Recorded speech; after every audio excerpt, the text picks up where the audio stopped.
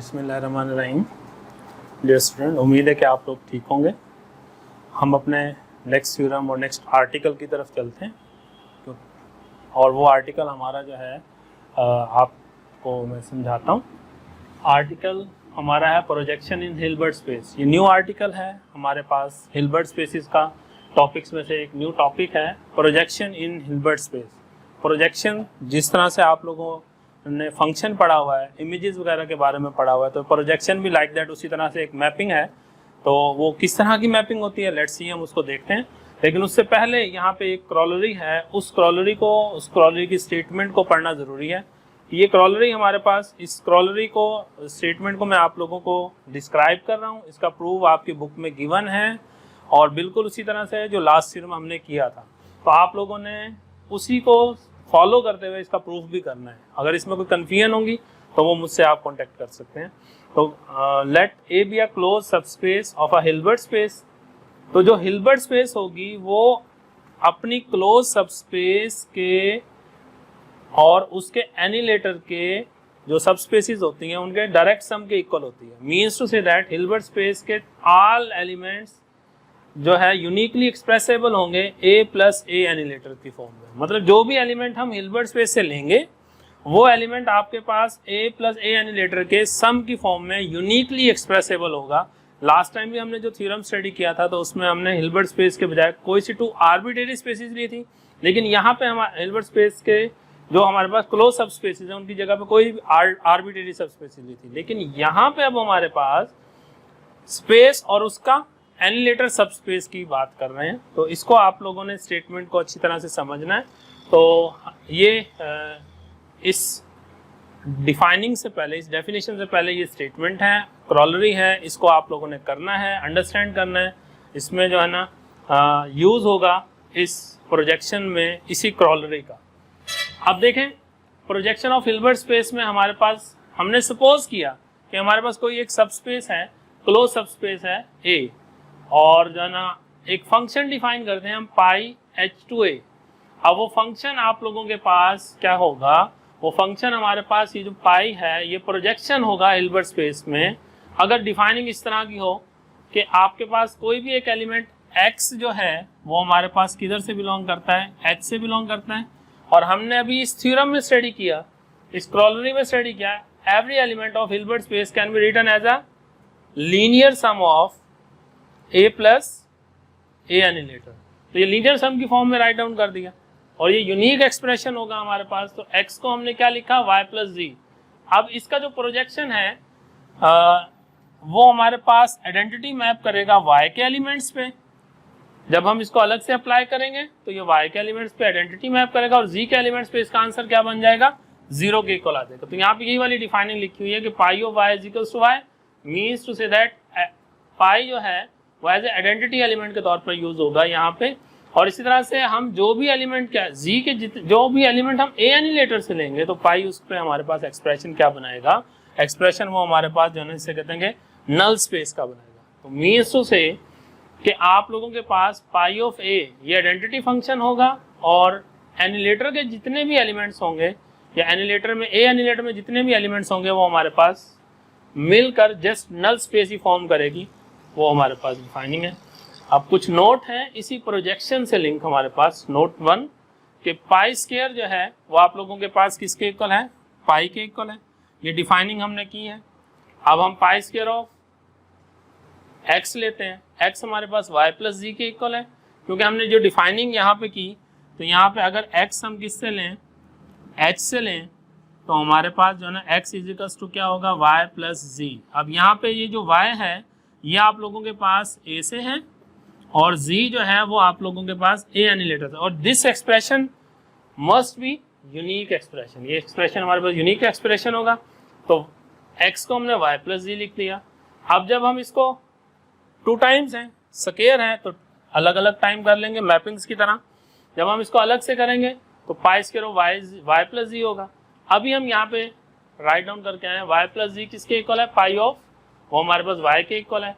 Again pi of y करेंगे तो just y ही answer आएगा, क्योंकि हमने यहाँ पे एक्सप्लेन यही किया है पाई ऑफ y का आंसर किसके इक्वल है, y के इक्वल है। तो पाई स्क्वायर और y को हमने क्या लिखा, y को अगर हम देखें तो आप लोगों के पास इस एक्सप्रेशन में y इक्वल है, एक्सप्रेशन स्टेरिक में अगर हम देखें तो y इज इक्वल्स टू है पाई ऑफ x। तो अब हमारे पास यहाँ पे जो ना पाई ऑफ इस y को हमने क्या लिख दिया, पाई ऑफ x। तो pi square of x pi of x के इक्वल हो गया, x कंपेयर हो जाएगा तो पाई स्क्वायर किसके इक्वल हो जाएगा, हमारे पास पाई के इक्वल हो जाएगा। सेकंड इसी का नोट है कि ये जो प्रोजेक्शन होता है वो लीनियर होता है। अब आप लोगों ने लीनियर की डिफाइनिंग पढ़ी हुई है कि लीनियर हमारे पास फंक्शन कौन सा फंक्शन होता है। लीनियर फंक्शन में 2 कंडीशंस होती थी कि अगर आपके पास कोई भी फंक्शन है f और वो लीनियर होगा, अगर हम कोई से 2 एलिमेंट्स अप्लाई करें इस फंक्शन पे तो अलग अलग से हो जाए, और एक स्केलर के साथ मल्टीप्लिकेशन हो तो स्केलर बाहर आ जाए, फंक्शन जस्ट किस पे अप्लाई हो, वेरिएबल पे अप्लाई हो, तो फिर हम कहेंगे कि ये हमारे पास फंक्शन कौन सा फंक्शन है। इन 2 कंडीशन को सेटिस्फाई करने के बाद लीनियर फंक्शन होगा। अब मैंने क्या प्रूव करना है, मैंने प्रूव करना है ये जो पाई है ये बेसिकली जो हमारे पास प्रोजेक्शन है ये लीनियर है। अब इसके लिए मैं 2 एलिमेंट्स को इसे हिल्बर्ट स्पेस से लेता हूँ, और हिल्बर्ट स्पेस की डिफाइनिंग के मुताबिक आप लोगों के पास ये जो डायरेक्ट प्रोडक्ट की डिफाइनिंग हमने यहाँ पे डिफाइन की है, तो इसके मुताबिक x1 y1 plus g1 x2 y2 plus g2 के इक्वल होगा। y1 और y2 a से होंगे, g1 और g2 a एनिलेटर से होंगे। जब हम इस पे अप्लाई करते हैं फर्स्ट कंडीशन कि हम उन 2 एलिमेंट्स को ऐड करें और उसमें फंक्शन अप्लाई करें। अब मैंने x प्लस x2 ऐड किया, उस पर फंक्शन अप्लाई किया, x1 और x2 की जगह पे हम x1 और x2 की वैल्यूज यहाँ पे राइट डाउन कर देते हैं। और आप लोगों को मालूम है कि पाई का जो रिजल्ट होगा वो y1 y2 की फॉर्म में आएगा, g1 और g2 पे तो वो क्या हो जाएगा, 0 हो जाएगा। मतलब वो तमाम एलिमेंट जो a एनिलेटर से होंगे, जिस तरह से यहाँ पे g1 और g2 a एनिलेटर से हैं, तो उन पे इसका एक्सप्रेशन हमारे पास क्या बन जाएगा, 0 हो जाएगा। तो इसका फाइनली आंसर हमारे पास y1 प्लस y2 आएगा। और y1 को हम क्या लिख सकते हैं, इसी स्टेरिक से पाई of x1 plus pi of x2। तो फर्स्ट कंडीशन हमारे पास जो लीनियर फंक्शन की थी तो वो हमारे पास यहाँ पे फुलफिल हो गई। सेकंड कंडीशन, अल्फा हमने कोई फील्ड का एलिमेंट लिया, इसमें हम एक एलिमेंट को अप्लाई करते हैं मैपिंग के साथ, तो अल्फा ऑफ x, x1 को हम y1 g1 लिखेंगे, क्योंकि ये सारे के सारे एलिमेंट्स आपको मालूम है स्पेस के एलिमेंट हैं, वेक्टर स्पेस के एलिमेंट हैं, ठीक है जी। तो वो वहाँ पे हमारे पास जो है इसे कहते हैं एडिशन और स्केलर मल्टीप्लिकेशन अलाउ होते हैं, राइट और लेफ्ट डिस्ट्रीब्यूटिव भी अलाउ होता है। तो यहाँ पे right distributive left distributive law लगाएंगे, जब लेफ्ट डिस्ट्रीब्यूटिव ला लगाएंगे तो alpha of y1 plus alpha of g1 हो जाएगा। अब फिर अगेन जब हम इस पे अप्लाई करेंगे अलग से g1 के एलिमेंट पे तो ये हमारे पास 0 हो जाएगा, और फाइनली ये जो चीज़ होगी हमारे पास एज इट इज़ आ जाएगी। और y1 को हमने क्या डिफाइन किया हुआ है, ये y जो है हमारे पास पाई ऑफ x है, तो इस तरह से पाई ऑफ x1 जो है वो हमारे पास y1 जो है वो पाई ऑफ x1 हो जाएगा। तो ये आप लोगों के पास सेकंड इसका नोट था, बहुत इंपॉर्टेंट है नोट, शॉर्ट क्वेश्चन बन सकते हैं पेपर पॉइंट ऑफ व्यू से, ये शॉर्ट क्वेश्चन में आ सकता है। इसी की बेस पे हमारे पास नेक्स्ट थ्योरम है 15.3.1। अब इस थ्योरम में हमारे पास क्या कहता है, let A be a close subspace of Hilbert space. A जो है वो क्लोज सबस्पेस है if pi is orthogonal projection. Pi जो है हमारे पास एक प्रोजेक्शन है, ऑर्थोगोनल प्रोजेक्शन है। किस पे ऑर्थोगोनल प्रोजेक्शन है, ऑन टू ए। किस पे है, ए पे ऑर्थोगोनल प्रोजेक्शन है। तो फिर हमने कुछ रिजल्ट्स प्रूफ करने हैं। पाई of x1 x2 inner product, ये हमारे पास x1 pi of x2 inner product के इक्वल होगा। हम यहाँ पे 2 एलिमेंट्स लेते हैं x1 x2 h से, तो अब जाहिर सी बात है x1 और x2 हैं हिल्बर्ट स्पेस से हैं, तो इसकी रिप्रेजेंटेशन y1 g1 की फॉर्म में होगी। y1 और y2 जो हैं वो आप लोगों के पास किससे होंगे, a से होंगे, और g1 और g2 हमारे पास किससे हो जाएंगे, g1 और g2 हमारे पास a एनिलेटर से हो जाएंगे। अब पाई ऑफ x1 g1 पे तो इसका आंसर क्या आ जाएगा, इसी रिजल्ट से हमारे पास 0 हो जाएगा g1 पे, तो इसका आंसर हमारे पास क्या होगा, pi of x1 is equals to y1। Similarly pi of x2 is equals to y2। अब हम देखते हैं कि ये लेफ्ट हैंड साइड लेकर इसे सॉल्व कर लेते हैं, राइट हैंड साइड लेकर इसको भी सॉल्व कर लेते हैं, और इन दोनों का रिजल्ट चेक कर लेते हैं। अगर इन दोनों का रिजल्ट सेम आ जाएगा तो इट मीन्स के राइट हैंड साइड और लेफ्ट हैंड साइड इक्वल हो जाएंगे। अब इसके लिए हमने क्या किया, पाई ऑफ x1 x2 लिया। अब x1 पाई ऑफ x1 को हम y1 लिख सकते हैं, x2 को y2 प्लस g2 लिख दिया, ये x2 की डिफाइनिंग के मुताबिक। अब यहाँ पे y1 तो एज इट इज आ गया, क्योंकि पाई ऑफ x1 y1 के इक्वल है। अब ये y1 जो है एज इट इज आ जाएगा। अब जब हम इसका क्या करेंगे, इनर प्रोडक्ट के रूल से इनर प्रोडक्ट ओपन करेंगे तो y1 y2 से अलग होगा, y1 z2 से अलग होगा, प्लस होगा दरमियान में। तो लेकिन वो वाला एक्सप्रेशन क्योंकि जीरो हो जाएगा, इस वजह से हमने यहाँ पे y1 y2 inner product write down कर लिया। सिमिलरली आप लोगों के पास x1 pi of x2 write down करेंगे तो y1 प्लस z1 y2, इसको भी जब हम अलग अलग एक्सपेंड करके ओपन करेंगे तो y1 z1 का y1 और y2 का एक्सप्रेशन एज इट इज रह जाएगा, प्लस z1 y2 का एक्सप्रेशन, क्योंकि आपस में ये दोनों क्या है, ऑर्थोगोनल प्रोजेक्शन से रिलेट कर रहे हैं, तो इनका इनर प्रोडक्ट जीरो के इक्वल हो जाएगा। तो बाय 1 और 2 हमें क्या पता चला, ये रिजल्ट हमारे पास क्या हो गया, इक्वल हो गया।